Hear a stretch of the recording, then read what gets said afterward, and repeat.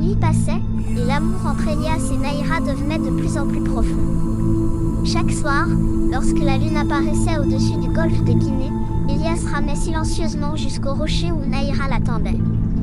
Leur amour grandissait comme une vague qui ne cesse de s'élever.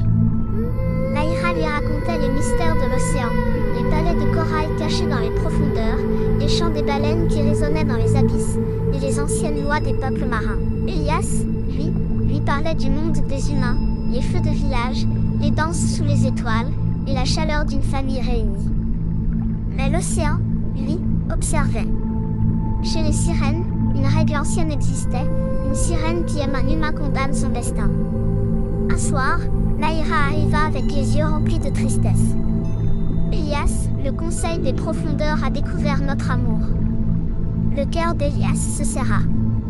Les anciens avaient décidé, Nahira devait quitter ces eaux pour toujours ou être punie par les esprits de la mer. Elias sentit la peur l'envahir. Alors pars avec moi, dit-il. Deviens humaine. Nahira baissa les yeux vers sa queue argentée qui scintillait dans l'eau sombre. Si je deviens humaine, je perdrai l'océan, et une partie de moi mourra. Le silence tomba entre eux, lourd comme la nuit. Les jours passèrent, et Nahira devint de plus en plus rare. Les vagues semblaient plus agitées, comme si l'océan lui-même était en colère.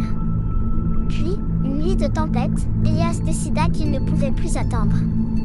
Les éclairs déchiraient le ciel et le vent frappait la mer avec violence. Malgré tout, il prit sa pirogue et se dirigea vers les rochers. « Nahira !» cria-t-il dans la tempête. Soudain, une silhouette argentée surgit des vagues. Mais ce n'était plus la douce Nahira qu'il connaissait. Les gardiens de l'océan l'avaient transformée en esprit de la mer, condamnée à rester dans les profondeurs pour l'éternité. Elle s'approcha de la pirogue, les yeux remplis de larmes salées. « Elias, je n'ai plus le droit de t'aimer !» Une vague gigantesque se leva derrière elle. Elias comprit alors la vérité, l'océan venait reprendre ce qui lui appartenait.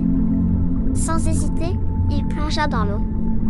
Pendant un instant, leurs mains se touchèrent dans la tempête. Nahira cria son nom, mais la mer engloutit Elias dans ses profondeurs sombres. La tempête s'arrêta peu après. Depuis ce jour, les pêcheurs racontent qu'au large des côtes du golfe de Guinée, on entend parfois un chant triste porté par le vent. Un chant de sirène. Et certains disent qu'au fond de l'océan, une sirène veille éternellement près de l'âme de l'homme qu'elle a aimé. Car certains amours sont si puissants, qu'ils survivent même à la mort.